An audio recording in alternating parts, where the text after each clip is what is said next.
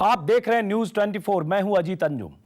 एक साहब, एक गृह राज्य मंत्री, दर्जनों पुलिस अफसर और एक लड़की की जासूसी के टेप।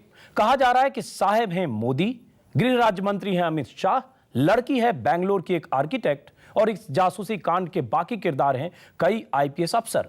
जासूसी कांड के इस टेप ने सियासत में भूचाल पैदा कर दिया है। कांग्रेस इस टेप को हथियार बनाकर मोदी पर तीखे हमले कर रही है तो बीजेपी इसे कांग्रेस की साजिश करार दे रही है। यह अलग बात है कि 3 दिन से इस टेप को मोदी के खिलाफ सबसे बड़ी साजिश बताने वाले बीजेपी नेता आज इस मुद्दे पर हमारे स्टूडियो डिबेट में हिस्सा लेने को तैयार नहीं हुए। लेकिन महिला आयोग आज इस जासूसी कांड पर हरकत में आया। आयोग ने गुजरात सरकार को नोटिस भेजकर जवाब मांगा है कि बिना लिखित आदेश के एक लड़की की जासूसी क्यों की जा रही थी। सवाल यह भी है कि जासूसी कांड की जांच से क्यों भाग रही है बीजेपी। सवाल यह भी है कि गुजरात की एक लड़की की जासूसी क्यों कराते रहे मोदी। बीजेपी नेताओं की इस दलील में कितना दम है कि मोदी उस लड़की के पिता के कहने पर उस पर नजर रख रहे थे। सरकारी मशीनरी का इस्तेमाल कर एक लड़की का पीछा कराना क्या सही था? सवाल तो यह भी है कि कांग्रेस क्या चुनावी मौसम में इस मामले को तूल देकर फायदा उठाने की कोशिश में है? और सबसे बड़ा सवाल यह कि हर आरोपों का ताल ठोक कर जवाब देने वाले मोदी इस जासूसी कांड पर चुप क्यों है? आज इन्हीं सवालों का जवाब तलाशेंगे, लेकिन सबसे पहले देखिए जासूसी के किरदार और उनकी कहानी। सिंघल अमित हुए, उस पर पूरी तरह नजर रखो। सर, हमने एक आदमी को होटल की पार्किंग एरिया में लगा दिया है। एक आदमी बाहर है, एक और आदमी तैनात किया है। अभी वो अंदर ही है? अभी तक वो बाहर नहीं आए हैं, शायद वो अंदर ही हैं। आज वो किसी होटल में खाना खाने जा रहे हैं। राइट। साहब को इस बारे में एक फोन भी आया था। ओके। साहब को उसके बारे में सब पता है, इसलिए गलती छुप नहीं सकती। बिल्कुल सर, मैं खुद जाकर सारे इंतजाम देखता हूँ। साहब, जी हां, चुनावी मौसम में एक लड़की की जासूसी कांड के सबसे बड़े किरदार यानी साहब का जिक्र आते ही देश की सियासत गर्म हो गई। कोबरा पोस्ट और गुलेल ने जासूसी कांड का खुलासा किया तो सवाल उठे कि साहब कौन है। माना जा रहा है कि साहब गुजरात के सीएम नरेंद्र मोदी हैं, जिनके फरमान पर सूबे के कद्दावर मंत्री अमित शाह ने एटीएस, क्राइम ब्रांच और राज्य की सीआईडी को एक लड़की का पीछा करने के लिए लगा दिया। साहब यानी नरेंद्र मोदी के खासम खास अमित शाह और उनके करीबी पुलिस अफसर जीएल सिंघल के बीच हुई बातचीत की रिकॉर्डिंग से पता चला कि इस सनसनीखेज कहानी में 5 किरदार थे। किरदार नंबर 1, साहब यानी नरेंद्र मोदी। टेप के मुताबिक साहब के आदेश पर ही लड़की की जासूसी शुरू हुई। किरदार नंबर 2, माधुरी, जिसकी जासूसी करने का हुक्म साहब ने दिया। बताते हैं कि माधुरी एक युवा आर्किटेक्ट हैं। किरदार नंबर 3, गुजरात के पूर्व गृह राज्य मंत्री अमित शाह, जो साहब के आदेश की तामील कर रहे थे। किरदार नंबर 4, गुजरात के आईपीएस अधिकारी जीएल सिंघल, जो जासूसी के वक्त एंटी टेररिस्ट स्क्वाड में एसपी थे। और 5वां किरदार प्रदीप शर्मा, जो गुजरात के आईएएस अधिकारी थे और माधुरी से उनकी मुलाकात होती थी। कहानी शुरू होती है साल 2009 से। साहब ने हिदायत दी थी कि माधुरी कहां जाती है, किससे मिलती है, उसका पूरा ब्यौरा दिया जाए। Mall, cinema hall, airport, hotel, ice cream parlour, हर जगह पहरेदार बिठा दिए गए। बिना किसी लिखित आदेश के गुजरात की पूरी मशीनरी उस लड़की के पीछे लग गई। 4 साल बाद जब सवाल उठे तो बीजेपी की बौखलाहट सामने आ गई। संबंधित लड़की के पिता ने स्वयं ही पत्र लिखकर यह कहा, जब हमारी लड़की संकट के घड़ी में थी तो उस समय मैंने स्वयं गुजरात के मुख्यमंत्री श्री नरेंद्र मोदी से अनुरोध किया था और नरेंद्र मोदी के साथ हमारे पारिवारिक रिश्ते हैं। उसके परिवार ने जो महिला आयोग है उसको अप्रोच किया है और कहा है कि हमारे कहने पर ये सब हुआ और हमें इस सब चीज़ के बीच में दुष्ट पब्लिसिटी नहीं चाहिए और इन लोगों को कोई अधिकार नहीं है मेरे और मेरे निजी जीवन के बारे में बात करने का। मोदी जो सवाल उठा रहे हैं, जनता जिस तरह से बीजेपी और मोदी के नेतृत्व को समर्थन दे रही है, इसका जवाब देने कांग्रेस को नहीं बनता है, इसलिए ऐसी ओछी हरकतें वो करेंगे। यही कांग्रेस की खासियत है और इसका कोई बाकी जवाब देने का जरूरत नहीं। जिसने वो सीडी रिलीज की थी उसने क्या कहा था कि हम इसको वेरीफाई नहीं करते। तो कांग्रेस पार्टी के दफ्तर में उसकी प्रेस कॉन्फ्रेंस करानी चाहिए थी ना, पीछे क्यों कराई उन्होंने? तब हम बताते कांग्रेस कहे कि हम वेरीफाई करते। बीजेपी की दलील है कि लड़की के पिता ने ही मोदी से अपनी बेटी की देखभाल करने का आग्रह किया था, लेकिन किसी एक लड़की के देखभाल के लिए पूरा का पूरा सरकारी तंत्र एक पांव पर क्यों खड़ा हो गया? क्यों एक मंत्री को पल पल की रिपोर्ट लेनी पड़ी? कांग्रेस यही सवाल पूछ रही है। हमारा इंटरेस्ट उस महिला से मिलने से नहीं है, हमारा इंटरेस्ट इसमें है कि ऐसी चीज आगे आइंदा ना हो, इस पे रोक लगे और जो लोग दोषी हैं उनको सजा मिले। तो सबसे बड़ा सवाल यह है कि साहिब चुप क्यों हैं? लड़की की जासूसी कांड पर जवाब क्यों नहीं देते मोदी? फिलहाल जासूसी कांड का यह मामला सुप्रीम कोर्ट पहुंच गया है। गुजरात के निलंबित आईएएस अफसर प्रदीप शर्मा ने कोर्ट में याचिका दायर कर दी है। प्रदीप शर्मा ने अपनी अर्जी में कहा है कि उन्हें जिस केस में फंसाकर निलंबित किया गया उसे जासूसी कांड से भी जोड़कर देखा जाए और इस टेप की एसआईटी या सीबीआई से निष्पक्ष जांच कराई जाए ताकि सच सामने आए। Bureau report, news 24। चुनाव के ठीक पहले मोदी जब चुनाव प्रचार में हैं तब ये टेप, जासूसी टेप और टेप से जुड़ा हुआ विवाद सामने आया है।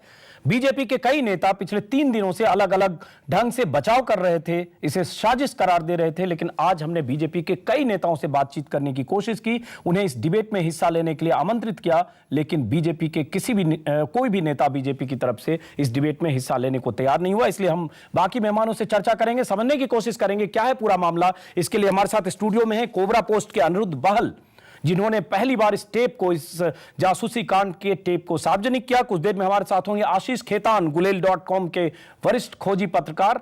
अनिरुद्ध बहल और आशीष खेतान ने ही इस टेप को सार्वजनिक किया। स्टूडियो में शोभा ओझा, महिला कांग्रेस के नेता, कांग्रेस की वरिष्ठ नेता, जिन्होंने पहली बार इस मुद्दे पर 3-4 महिला नेताओं ने इस मुद्दे को तूल दिया, उनमें से शोभा ओझा। और कुछ और मेहमान हमारे साथ जुड़ेंगे। मुंबई से प्रेम शुक्ला। चूंकि बीजेपी के नेता कोई हमारे साथ नहीं है, इसलिए प्रेम शुक्ला जी, सबसे पहला सवाल आपसे ही बनता है। हम बीजेपी के नेता से पूछते, लेकिन जब उन्होंने तय किया कि इस बहस में हिस्सा नहीं लेंगे, लेकिन आपसे ही सवाल, क्या आपको लगता नहीं कि इस टेप की जांच होनी चाहिए और दूध का दूध पानी का पानी हो जाए कि इस टेप में जो कुछ भी बातें कही जा रही है, साहेब कौन है, अमित शाह क्या मोदी के कहने पर ही जासूसी करा रहे थे? जासूसी करा रहे थे तो उसका मकसद क्या था? क्यों सरकारी मशीनरी जिसमें एटीएस, क्राइम ब्रांच से लेकर लोकल आईबी शामिल है, एक लड़की का पीछा कर रही थी? क्यों ना हो इस पूरे मामले की जांच?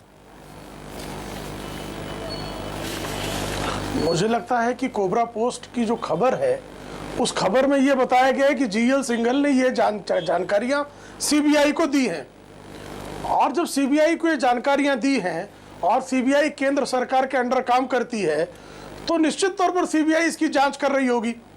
आज प्रदीप शर्मा खुद जो है सर्वोच्च न्यायालय चले गए हैं, बिल्कुल गए, तो सर्वोच्च न्यायालय पर भी उसमें प्राइमा फेसी यदि कोई फैक्ट पाएगा तो उस पर जांच करेगी। प्रदीप शर्मा ने कहा एसआईटी या सीबीआई पूरे मामले की जांच करें। प्रदीप शर्मा की तरफ से प्रशांत भूषण आज सुप्रीम कोर्ट में गए थे। मैं आपसे जानना चाहता हूं, आप सहयोगी दल की तरफ से, आप सहयोगी दल, सुप्रीम कोर्ट उस मामले में उचित निर्णय देगा, लेकिन सहयोगी दल है, आपको लगता नहीं कि ऐसे वक्त में बीजेपी और सहयोगी दलों को कहना चाहिए जांच की उल्टे आप मांग करें? क्यों कांग्रेस मांग कर रही है? आप मांग करें कि जांच हो ताकि दूध का दूध पानी का पानी हो जाए, अगर कोई दोषी है वो सामने आए, मकसद सामने आए।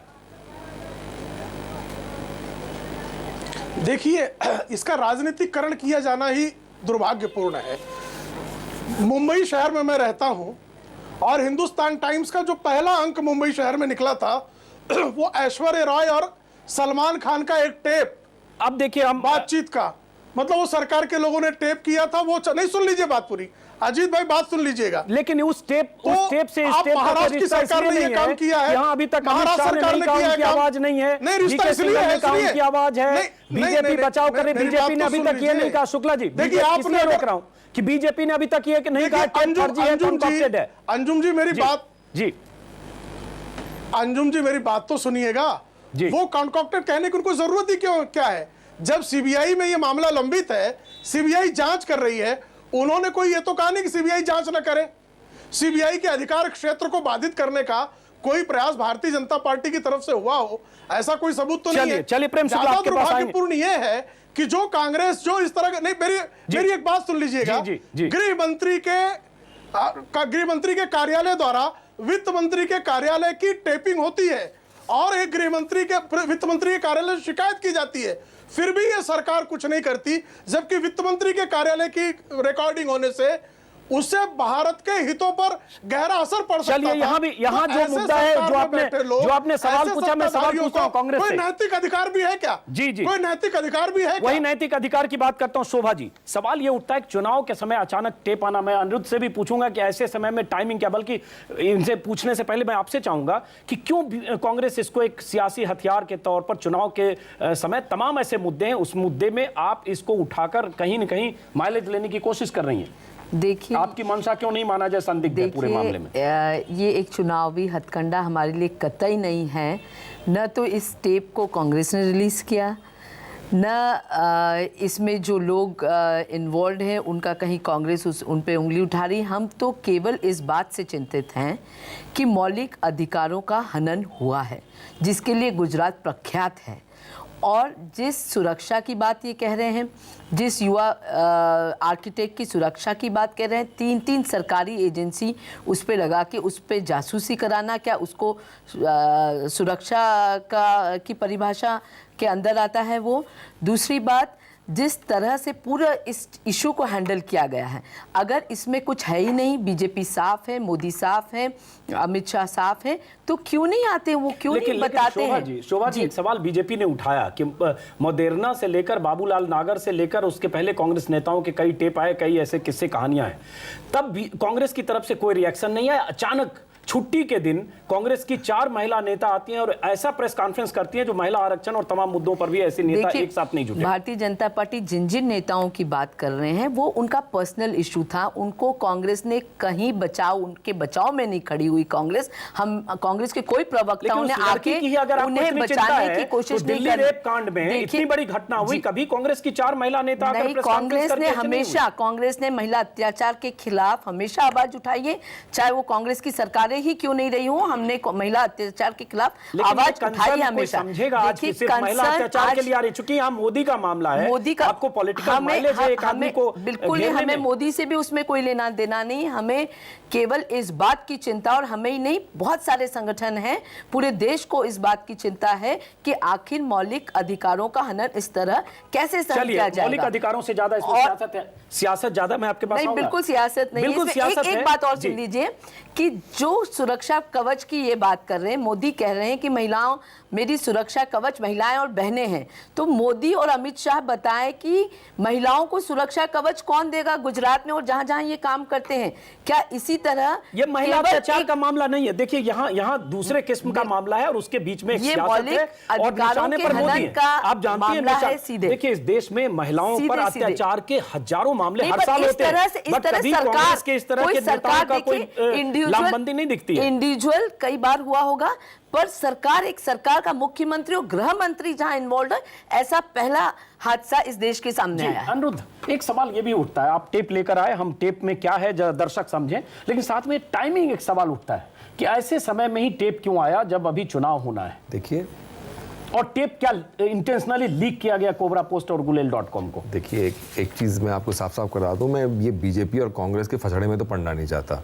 मतलब आप कोई इन्फॉर्मेशन आई, पब्लिक डोमेन में गई, उसका क्या इस्तेमाल लोग करें, ये ना हमारे कंट्रोल में है, ना कंट्रोल में रहना चाहिए।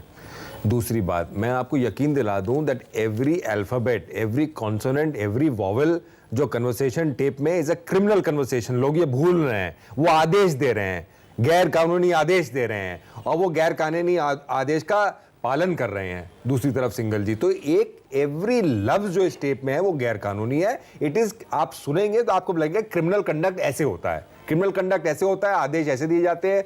आपका सबसे पहले 2 बड़े मुद्दे हैं इसमें, 2-3 की। सबसे पहले परमिशन किसने दिया है टेपिंग की? आपके एस्टैब्लिश प्रोसीजर है, होम सेक्रेटरी देता है, ये देता है फलाने। गुजरात गवर्नमेंट का अभी तक डीजीपी पुलिस क्यों नहीं, उसने अभी तक कुछ किया इस मामले में? क्या कोई एक बयान भी नहीं आया गुजरात गवर्नमेंट से? अमित शाह ने कोई बयान नहीं दिया कि टेप फर्जी है? तो बीजेपी, मतलब जो नेता आके बोल रहे हैं कि टेप के ऊपर 50 डिफेंस दे रहे हैं तो उनका डिफेंस का कोई मतलब नहीं है जब अमित शाह नहीं कुछ अपने टेप के बारे में कुछ बोल नहीं रहे कि आवाज उनकी नहीं है, कि ये फर्जी है। तो मतलब एक तरह से बीजेपी तो ये एक बहुत बड़ा मुद्दा तो है कि एक गृह राज्य मंत्री जो अमित शाह थे 2009 में जब टेप रिकॉर्ड हुआ तो एक लड़की के पीछे जिस ढंग से बड़ी बड़ी एजेंसी एटीएस से लेकर और लोकल क्राइम ब्रांच से लेकर, और उसमें कोई ऐसा लफ्ज नहीं है टेप में जो ये बताएगा कि इसमें बंजारा से बुरी गत करनी है, कि इसमें कोई सिक्योरिटी कंसर्न है लड़की का। और सिक्योरिटी दिनों तक पीएसओ दे देते या कहीं तो कंसर्न कहीं नहीं लगता, कहीं यही है कि मधुरी जी किससे मिल रही हैं, कहाँ मिल रही हैं, कैसे मिल रही हैं, 11 बजे किससे मिल रही हैं, और फलाना मॉल में गई, हॉस्पिटल में गई, और एक जगह तो सिंगल जी कहते हैं वी लेड अ ट्रैप, कि हमने एक वहां पे ट्रैप ले किया लेकिन वो ट्रैप में फंस नहीं और जहां जहां जा रही थी, चाहे मॉल में, चाहे मार्केट में, चाहे इवन एयरक्राफ्ट में, हर जगह उसके साथ कोई मौजूद था। प्रेम शुक्ला जी, जो अनिरुद्ध बाल कर रहे हैं, बहुत बड़ा सवाल है, हम ब्रेक के बाद कोशिश करेंगे कुछ अंश आपको सुनाए उनकी आवाज में, अमित शाह और जीएल सिंघल की आवाज में, जिस ढंग से उस लड़की का पीछा पुलिस अफसर कर रहे थे और हर जगह हर मौके पर एयरपोर्ट से लेकर मॉल से लेकर जहां भी जा रही थी पीछा कर रहे थे। इसका मकसद सुरक्षा का या बाकी चीजें का नहीं है जो बीजेपी तर्क दे रही है कि उस लड़की के पिता ने ही कहा कि मोदी नजर रखें। तो क्या लड़की के पिता ने कहा और मोदी ने पूरी मशीनरी, पूरी सरकार लगा दी उस लड़की का पीछा करने के लिए? कोई बाप ऐसा नहीं चाहेगा कि 25 पुलिस वाले हर मौके पर उस लड़की का पीछा करें और पल पल की नजर रखें। मुख्यमंत्री के पास 6 करोड़ की जनता के मुख्यमंत्री के पास 6000 काम होंगे। नहीं, वो उसके पिताजी क्या चाहते थे और मोदी जी क्या चाहते थे, जांच का विषय है। और सीबीआई में जब सिंघल का बयान हो गया है तो सीबीआई को रोका किसने है, मेरा बुनियादी सवाल है। ये कोबरा पोस्ट या गुलेल जो पत्रकारिता कर रही है वो पत्रकारिता अपनी जगह अभिनंदनीय है, लेकिन सीबीआई को रोका किसने है? उसमें क्या कोई प्रधानमंत्री कार्यालय से हस्तक्षेप हुआ क्या? कि मैं ये पूछना चाह रहा हूं कि अगर ये टेप में अमित शाह की आवाज है, अगर अमित शाह की आवाज है जो इसका खंडन नहीं हुआ, सिंघल जो आईपीएस अफसर हैं उनकी आवाज है, वो खुद कह रहे हैं, तो ये गलत है, गैर कानूनी है या नहीं? मैं आपसे पूछ रहा हूं, जांच जब होगा तो होगा। और आपने अब उनके पिता की बात की, उनके पिता ने जो एक पेज का जो एक तरह से रिलीज जारी किया था वो रिलीज है हमारे पास। उनके पिता जो है, उनके पिता ने कहा और लड़की के पिता ने उन्होंने मोदी से रिक्वेस्ट किया था अनसाइंड। जो बुनियादी प्रोसीजर है सीबीआई आवाज वेरीफाई कर सकती है ना। सीबीआई को अमित शाह की आवाज है कि नहीं, जीएल सिंघल की आवाज है कि नहीं, उसमें कुछ क्रिमिनलिटी है या नहीं है, ये वेरीफाई करने का पूरा पावर सीबीआई पे है। सीबीआई अपना पावर यूज क्यों नहीं कर रही है? चलिए, सीबीआई क्यों नहीं यूज कर रही? पहले आप लोग इतना पॉलिटिकल माइलेज ले रही हैं, लग रहा है चुनाव का समय मोदी को घेरने का, बाकी मुद्दों पर नहीं घेर सकते, चलो यहाँ घेरते हैं। देखिए, मोदी जी तो बार बार इस पे जोर दे रहे हैं कि सीबीआई तो इनकी घरेलू संस्था है इसलिए ये कर रही है। तो हम तो कह रहे हैं सीबीआई नहीं, आप तो एक न्यायिक जांच करा लीजिए, एक सुप्रीम कोर्ट की सिटिंग जज या रिटायर्ड जज से जांच करा लीजिए, और फिर दूध का दूध पानी होने थी, साज को आज क्या?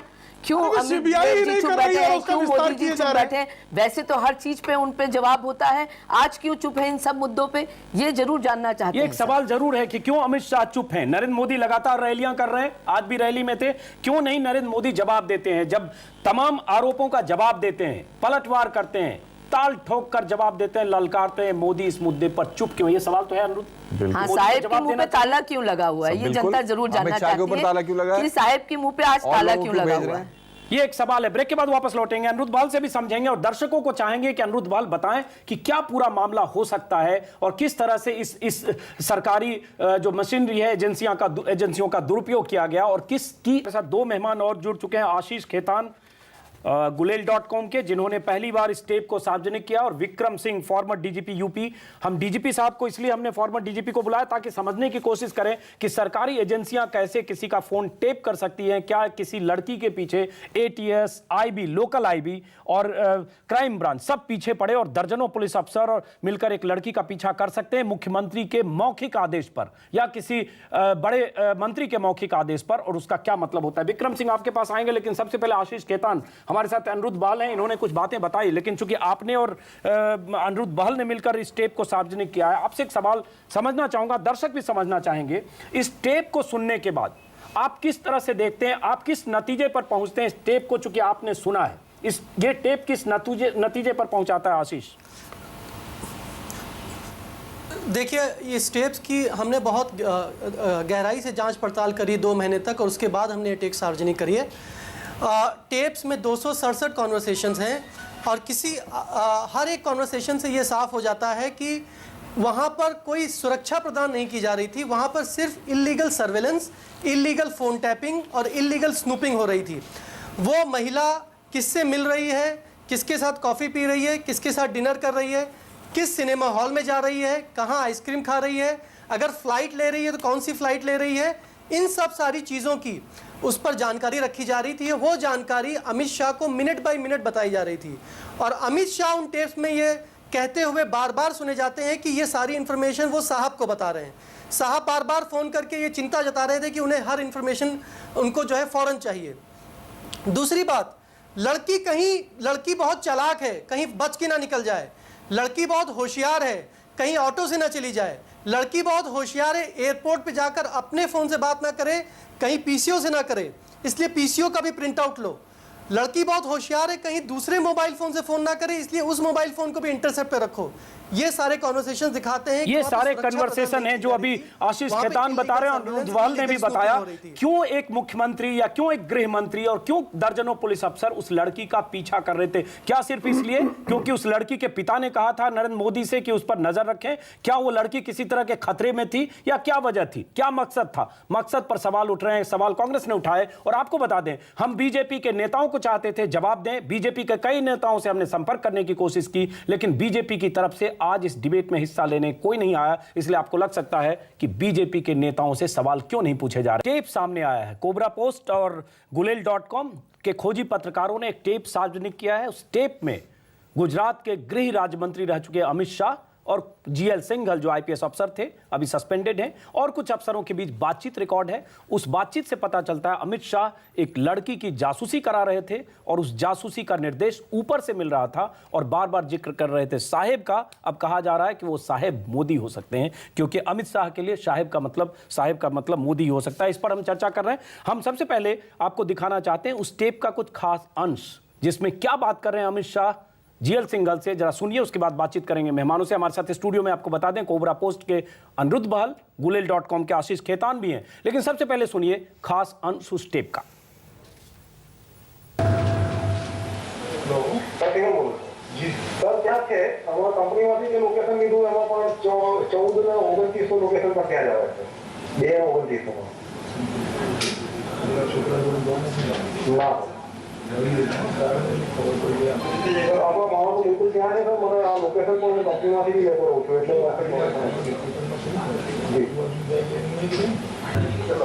સર ખબર પડી ગયા સર ના તમે મેં પેલા કહ્યું છે મને જોઈને આપે છે સર કે नहीं मैं जांच करे सर 10-15 मिनट लगते सर थोड़ा छोकरो मूकी निकली गयो છે થોડા માણસો જો ત્યાં છે હજુ કોઈ વાત કરી તો બારે દીયા ને બે આપણે માણસો લોકો હા સર અત્યારે ક્યાં છે સોફી કુછ क्या है जी जो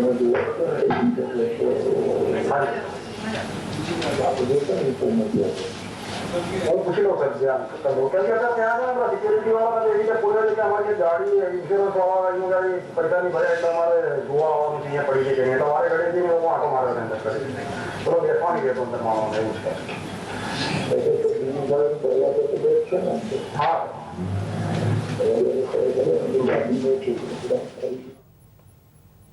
आपने सुना है टेप का खास अंश। वो टेप जो कोबरा पोस्ट गुलेल.com ने सार्वजनिक किया। इस टेप में अमित शाह जो गृह राज्य मंत्री थे, मोदी के खास सिपा सलार, लेफ्टिनेंट, सब कुछ हैं। अमित शाह निर्देश दे रहे थे।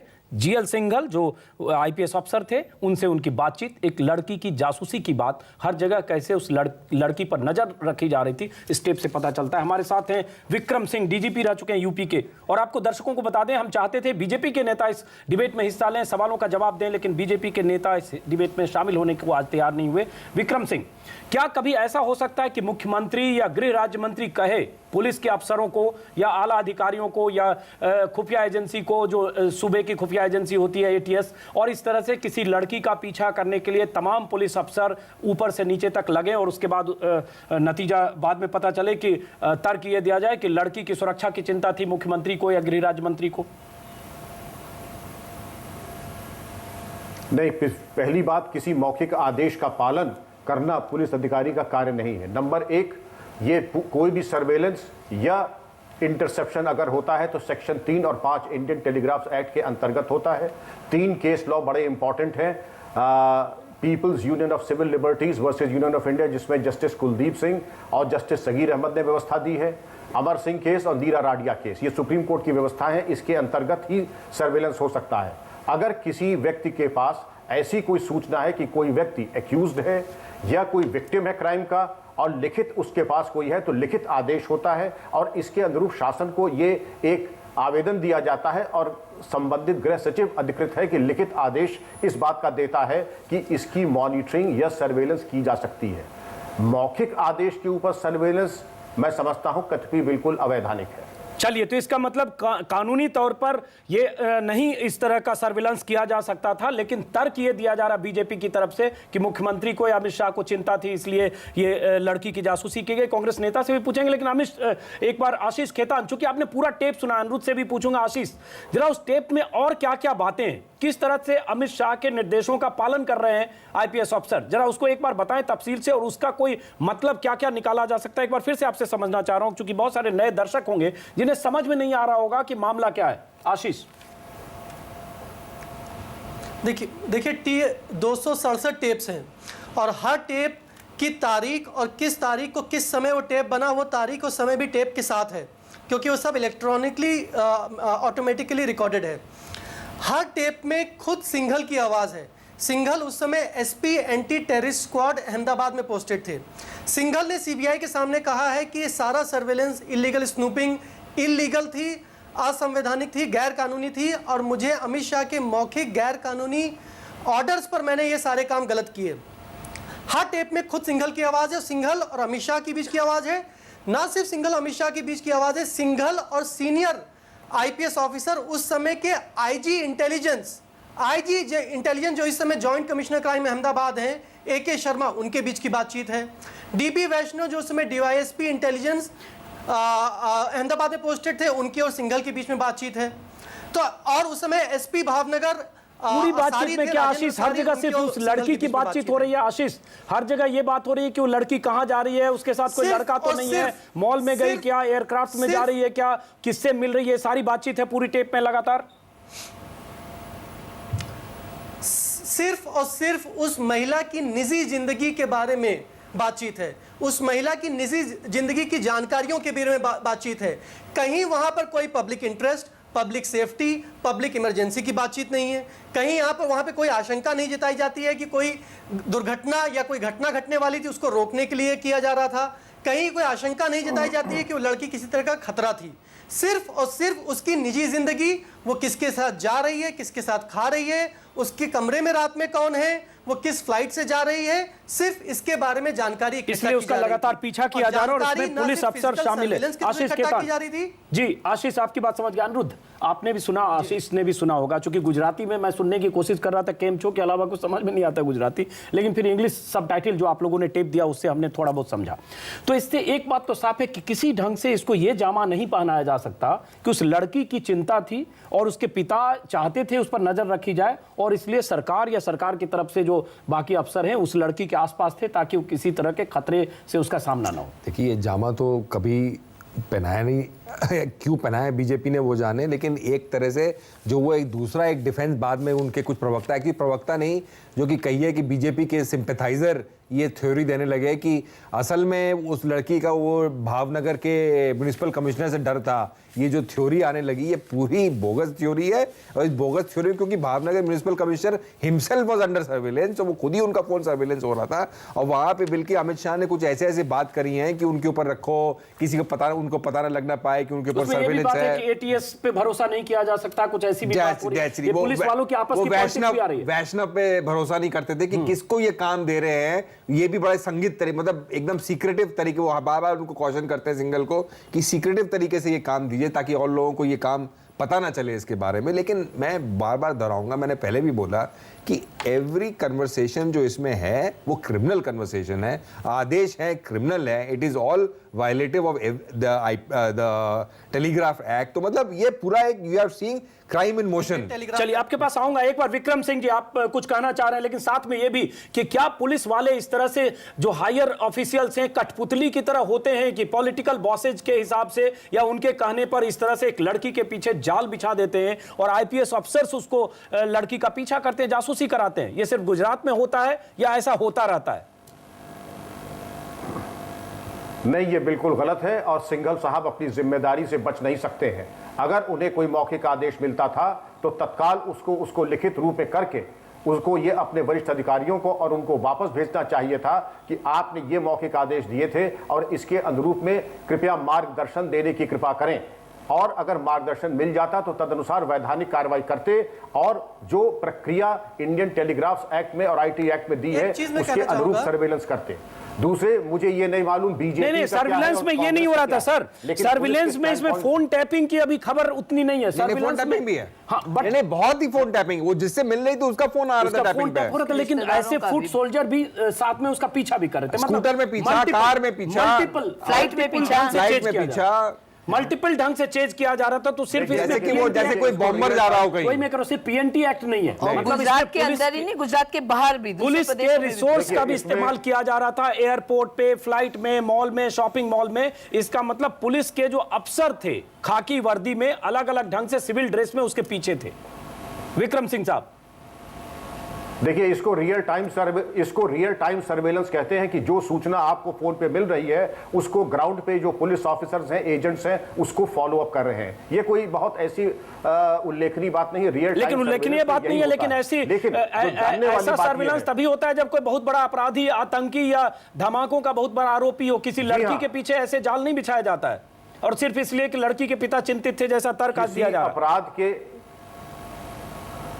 किसी अपराध के अनावरण के सिलसिले में यह कार्रवाई की जाती है। किसी अपराधी की प्रोफाइलिंग में यह किया जाता है, कहां जा रहा है, किससे मिल रहा है, किसका फोन आ रहा है और किससे मिल रहा है, ये प्रोफाइलिंग के समय किया जाता है या किसी अपराध को निष्क्रिय किए जाने के सिलसिले में यह प्रक्रिया अपनाई जाती है जो इसमें की गई। चलिए विक्रम सिंह जी, आपके पास आऊंगा, लेकिन हमारे साथ इस लड़की के बारे में कोई आपके पास आऊंगा एक बार दोबारा। शोभा ओझा जी, आप लोग अचानक कांग्रेस की जो नेता हैं और दिग्विजय सिंह से लेकर और बाकी महिला ब्रिगेड अचानक बहुत सक्रिय हो गई है स्टेप को लेकर। जैसे उस लड़की की चिंता अगर किसी को है तो कांग्रेस को सबसे अधिक चिंता हो गई।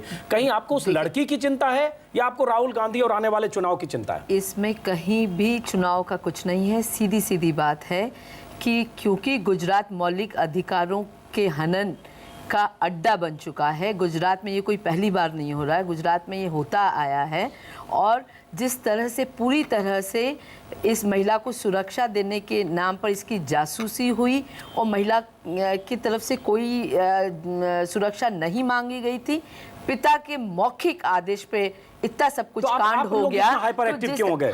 बीजेपी पूछ रही है, महिला आपके पास आई, उसके पिता आपके पास आए, आप अचानक उस महिला की सुरक्षा के लिए एक्टिव क्यों हो गए? नहीं है, ये मौलिक अधिकारों के हनन की बात है। देश में हजारों महिलाओं, लड़कियों के मौलिक अधिकारों का हनन होता है, जिसमें होता है कोई इंडिविजुअल, वहां भी होता है। नहीं, लेकिन कहां मौलिक अधिकारों के हनन पर ऐसे कांग्रेस के चार नेता आती है? कहीं इंडिविजुअल अधिकार का हनन कोई करता है तो उस पे इंडिविजुअली तो पूरी सरकार, और जो सरकार को चुनी हुई सरकार, जो मुख्यमंत्री है, गृह मंत्री है, वो पूरे मशीनरी का मिसयूज करता है। आपके राजस्थान में आपके दो मंत्री, उन्होंने इस्तेमाल किया अपने ओहदे का, शोषण किया। किसी महिला ब्रिगेड के किसी कांग्रेस के नेता का बयान नहीं आया। महिला कांग्रेस शांतिपूर्ण बयान, जो आपके शांतिपूर्ण मुख्यमंत्री अशोक गहलोत ने कहा, सरकार और कानून अपना काम करे। बस यहीं पे यहाँ भी कानून को काम करने दीजिए। यहाँ तो आप लोग काम कर रहे हैं। यहाँ हम काम नहीं कर रहे हैं, हम तो जांच मांग रहे हैं। हम चाह रहे हैं कि कानून अपना काम करे। हम जांच मांग रहे हैं, न्यायिक जांच मांग रहे हैं, वो भी और ऐसी एजेंसी से मांग रहे हैं जिसपे मोदी जी को विश्वास हो,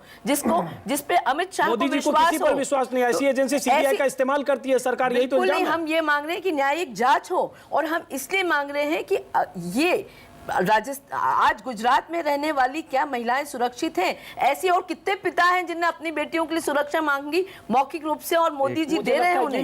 ये इतना सुपरफिशियल मामला जैसे करें, महिला की सुरक्षा की चिंता we should not digress the matter into Congress BJP. मैं एक छोटा कांग्रेस बीजेपी का मुद्दा है ही नहीं। पहली बात संक्षिप्त में एक बात करना चाहता हूं। अभी आपने कहा 3 दिन बीजेपी ने पार्लियामेंट स्टॉल किया जब सीडीआर, सिर्फ सीडीआर मतलब call detail number, Arun Jaitley के नंबर, कांस्टेबल अरेस्ट हुए, अभी भी वो मामला चल रहा है। आपका मीरा गार्डियन केस नहीं तो सुप्रीम कोर्ट ने तमाम स्ट्रिक्चर्स पास किए, इनकम टैक्स डिपार्टमेंट और फलाना डिपार्टमेंट की क्या चक्कर है? तो इस मामले में क्यों नहीं हम, ये तो और ही संगीन मामला है। ये बहुत सही सवाल अनिरुद्ध बाल ने उठाया कि जब अरुण जेटली के टेप रिकॉर्ड करने की बात होती है तो पूरी बीजेपी एक लाइन से खड़ी होती है कि जैसे बहुत बड़ा देश में अपराध हो गया। प्रेम शुक्ला जी, और जब यहां पर एक साहब के नुमाइंदे डिप्टी साहब, जिनको आप गृह राज्य मंत्री उस समय थे, जो आज उनके लेफ्टिनेंट हैं, चुनाव का सब कुछ संचालन कर रहे हैं, और बाकी कई सारे अफसर, जब उन पर कोई आरोप लगता है तो फिर क्यों नहीं बीजेपी और तमाम नेता आकर जांच की मांग करते हैं? और उसी तरह से वही तेवर होता है जो अरुण जेटली के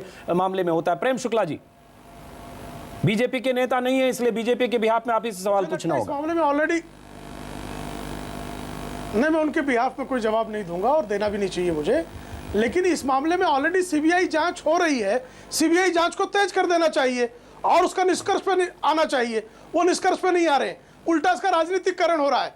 जो लोग आज बहुत लंबी लंबी बातें कर रहे हैं, अमर सिंह के टेप के मामले में राज बब्बर खुद उसकी सीडी बांट रहे थे। तब अगर ये कास्ट निजता के मामले पर जरा थोड़ा गंभीर हो गए होते तो शायद भारतीय जनता पार्टी के लोग भी आज खुलकर बातें कर रहे होते। देखिए, निजता का जो मामला है उसका उल्लंघन, ये निश्चित तौर पर यह बहुत दोषपूर्ण कार्य है। अगर कोई कर रहा है तो उसके खिलाफ कार्रवाई होनी ही चाहिए सबूत के आधार पर। यहाँ तो हो रहा है, यहाँ तो अमित शाह करते हुए दिख रहे टेप है, हमने आपको सुनाया। प्रेम शुक्ला जी, हमने आपको टेप सुनाया जिसमें अमित शाह की आवाज है, आईपीएस अफसर सिंघल की आवाज है, अगर और मगर है ही नहीं। मेरा तो सवाल ये है, मेरा तो सीबीआई से सवाल है कि आपने अमित शाह को अभी तक समन क्यों नहीं किया? किसने मना किया था? कोई आदेश था क्या आपको?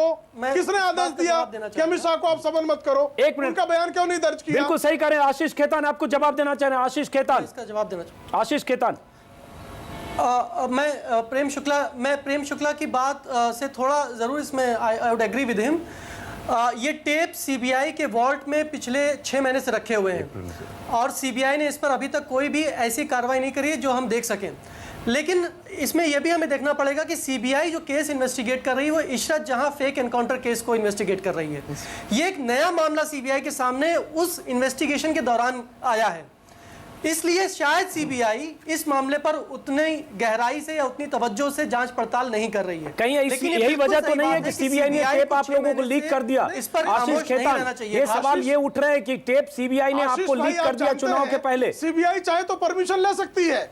नहीं, टेप्स सीबीआई चाहे तो इस मामले में परमिशन ले सकती है। किसने लीक किए या नहीं लीक किए ये सवाल नहीं है। जांच की परमिशन लेने के लिए लीक किए नहीं लीक किए सवाल नहीं है, और ये कोई जर्नलिस्ट किसी को कभी बता नहीं सकता है कि टेप्स उसको कहां से लीक हुए। अगर कल लीक्स होना बंद हो जाएंगे इस देश में तो जर्नलिज्म होना बंद हो जाएगा, इन्वेस्टिगेटिव जर्नलिज्म होना बंद हो जाएगा।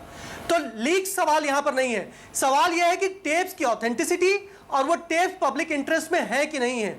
ये अलग बात है कि कल विक्टिम भी शायद ये कह दे कि नहीं, मैं जो कुछ भी हुआ ठीक है, मुझे कोई शिकायत नहीं है। सवाल ये उठता है कि एक तरफ एक विक्टिम है जिसका परिवार, जिसके बिजनेस, जिसकी प्रॉपर्टीज, जिसके हस्बैंड, जिसके फादर सब गुजरात में है, और एक तरफ स्टेट और उसकी माइट है, उसकी पूरी स्टेट मशीनरी है, एक मुख्यमंत्री है।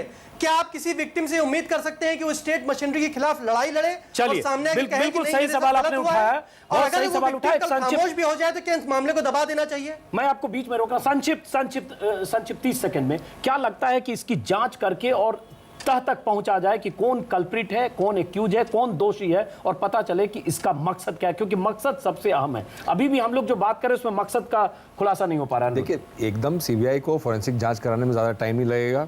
दूसरी बात, आप जांच में कराएंगे, आप वॉइस मैच करेंगे, आपको पता चल जाएगा कि सीडी ऑथेंटिक है, जबकि अब ऑलरेडी सीबीआई के पंचनामे में सारी हैश वैल्यूज लिखी हुई हैं ऑडियो फाइल्स की।